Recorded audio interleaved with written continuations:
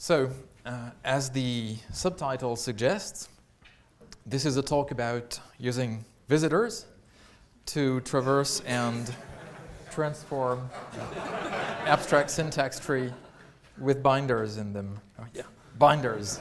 Yeah. So this is about objects and binding boilerplate. Wow. Okay, so many of you, I guess, have implemented type checkers, compilers, and theorem provers. So you may have had to implement those binding boilerplate operations. There's a whole family of operations which are listed here, just a few of them, like capture avoiding substitution, maybe opening and closing binders if you're using the locally nameless representation, for instance, or perhaps shifting the Brown indices, also converting between representations, if only to parse and print your terms or types. So all of this is known as nameplate. James Tierney coined this term, and it's usually a large amount of code. Well, it can be a large amount of code, and it's very boring and very error-prone, as you know. It's easy to get a de Bruijn index wrong, at least in some weakly typed languages.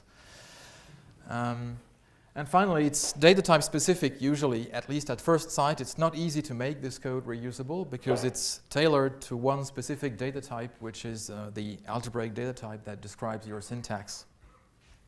So that's the problem which I want to address in this talk and in the paper.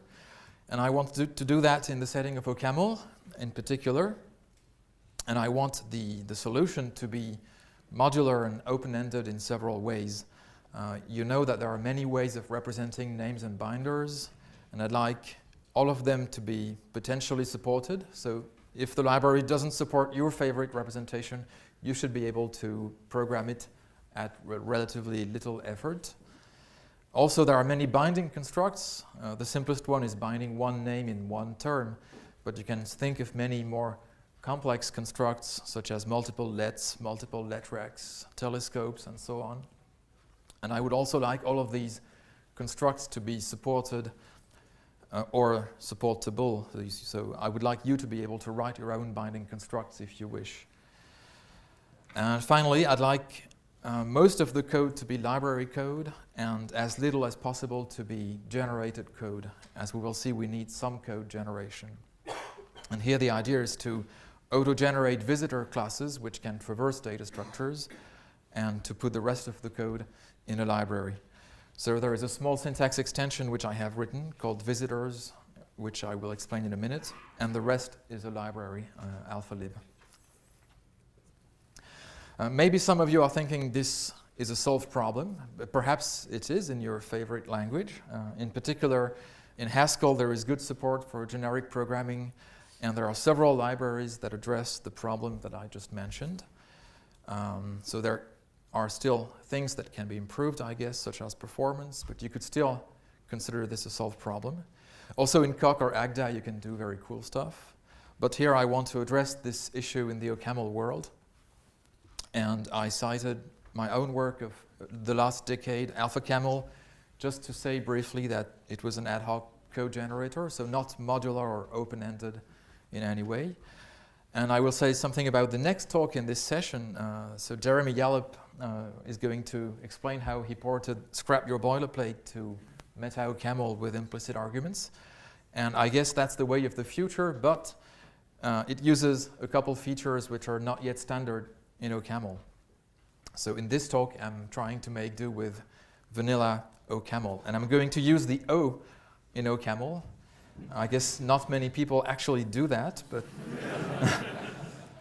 this is a good use for objects in OCaml. So this picture is taken from a famous French movie called The Visitors, which you may know about. And I think it's appropriate because visitors tend to traverse the world without understanding it. So here I have a small algebraic data type which describes arithmetic expressions with integer constants and binary additions. And I'd like to have a visitor class for this type. So the syntax extension allows me to annotate this definition with deriving visitors. And this causes the the following code to be auto-generated. So this is a visitor class, and as you know, if you know your design patterns, there is one method per data type. So here just one visit expr to visit expressions. And this method does case analysis on the expression and dispatches to visit econst or visit eadd. So I also have one method per data constructor in the type definition. And these methods, by default here, they just reconstruct an identical tree. And this may seem ridiculous or uninteresting, but the idea, of course, is that this subclass, this class can be overridden, and some methods can be redefined in a subclass so as to get interesting behavior. Here, this is a map visitor, which is why I'm reconstructing a tree, but the syntax extension can also generate other kinds of visitors. For instance, an iter visitor would just return a unit value instead of returning a new tree. And in the paper, I use several kinds of visitors, but in the talk, I'll focus on map visitors. I should finally mention that these methods take an environment as an argument, and this environment is unused in this code. Actually, even its type is unspecified. But again, in a subclass, you can actually decide what the type of the environment should be and where this environment should be extended or looked up. And this will be useful, of course, when we traverse trees with binding in them.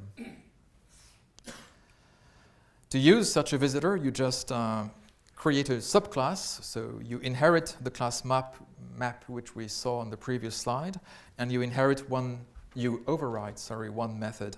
Here I want to implement a small optimization which looks for patterns of the form 0 plus e or e plus 0 and optimizes them away. So I override just the method visit eadd. I look for these patterns and I simplify them. Once I have this visitor object, I just have to call the method visit expr at the root to actually run the transformation. And I get a function optimized from expressions to expressions. And the nice thing about this code is that it doesn't need to change if I add a new form of expressions such as multiplications or something else. The last thing I should say about visitors in general is that they can deal with pre-existing types. Here I have this int type which appears in the case of constant expressions. So in the generated code, accordingly, I get a call to the method visitInt. And this method is not generated here. It has to be inherited from a parent class. So here, an inherit clause has been generated too. I'm inheriting a class called visitors runtime.map, and visitInt is defined there. Similarly, for lists, here I have changed the type of eadd to carry a list of subexpressions. This is a pre-existing type which happens to be parameterized. So in the generated code, we get a call to the method visitList, which is also inherited from a superclass. And since list is a parameterized type, visitList takes an argument, which is self hash visit expr here. So it's a visitor function which knows how to visit the subexpressions. In summary, what I'm trying to say here is that even though the syntax extension which generates the visitors doesn't know anything about lists, it can still be taught how to traverse lists. And I'm going to use the same idea to teach visitors how to traverse binders in the rest of the talk. So that's what I had to say about visitors, basically. They are very versatile and they're composable. What's nice about them is that you can describe part of an operation in one class and another part in another class, and then combine them via multiple inheritance, for instance, and get a working, complete visitor. So now let's unchain the power of visitors and look at abstract syntax trees with binding. We have already isolated one concern, which is how to traverse data structures, but there are still several different concerns that we can identify and try to isolate. One is that there are many different binding constructs, as I said in the beginning, and I'd like to be able to implement one binding construct at a time without thinking about what operations I'm implementing. Another aspect, dually, is that there are many operations that exist, such as substitution, renaming, freshening, copying, whatever. And I'd like to be able to implement one operation at a time without thinking of which binding construct I might be going through, for instance, or which other operations might exist. And finally, the end user should be isolated from this complexity. So I'm going to distinguish these three concerns, or as if three different people were writing this code. And in the talk, I'll give faces to these people. I'll let you guess from which movie they come. So we have the end user. We have the guy who implements operations such as capture, avoiding, substitution, or conversions between different representations. And finally, we have the one who is in charge of implementing binding constructs. And these three guys will cooperate, but each writes his own code.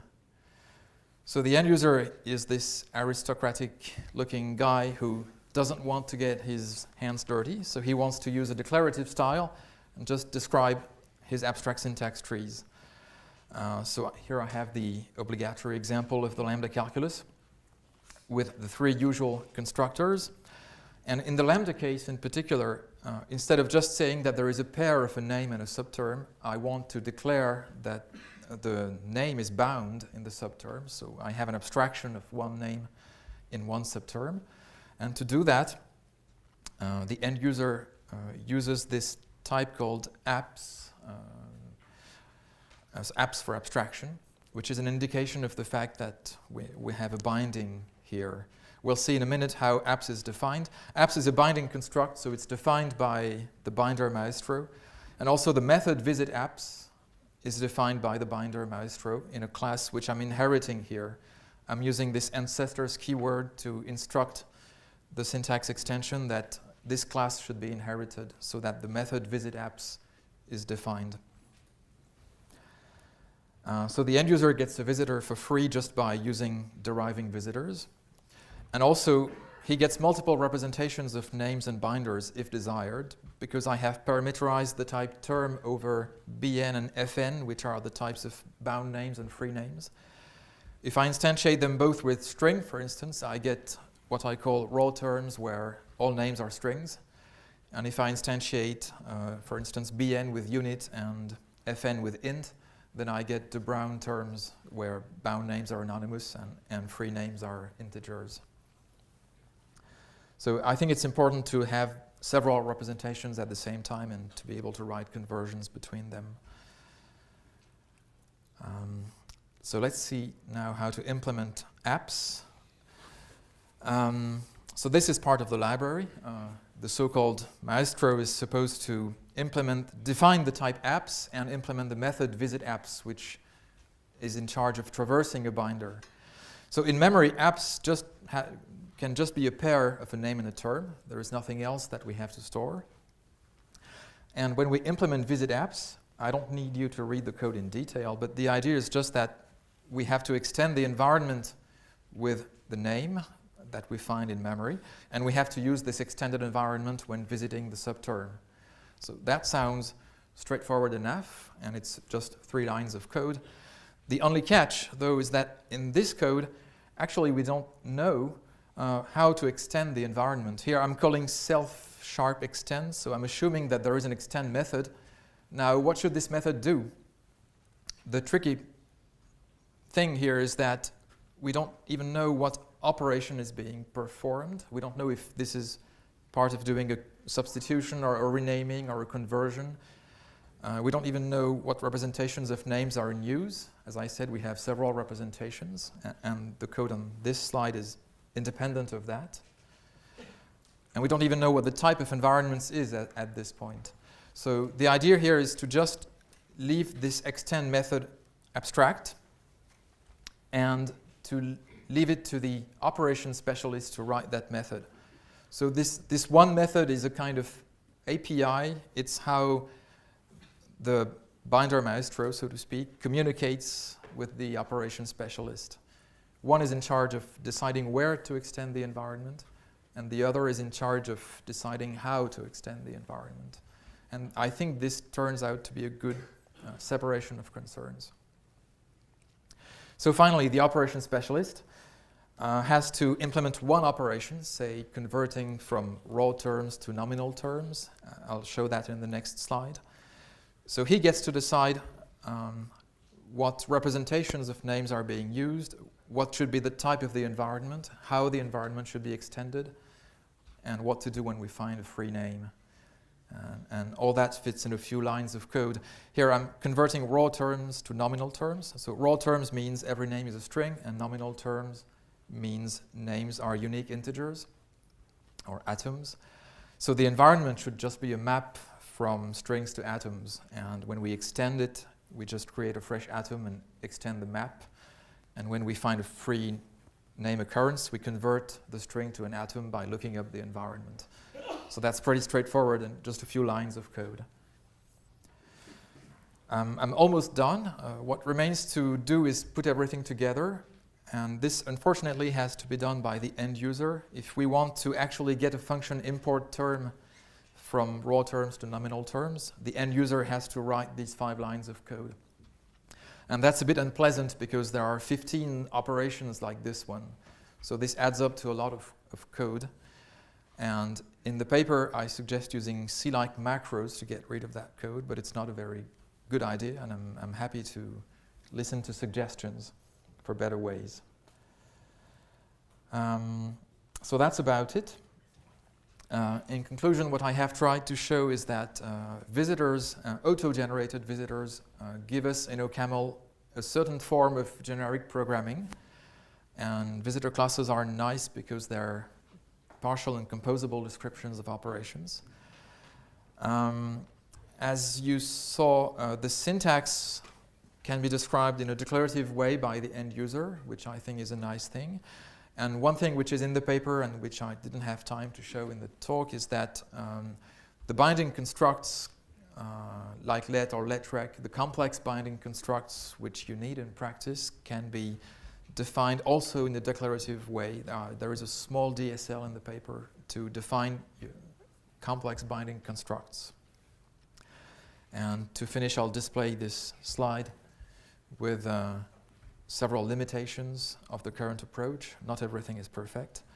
And I don't have much experience with this approach yet, so I'm looking forward to using it myself, but also to having potential users. So I'll be happy to receive your feedback. Thank you.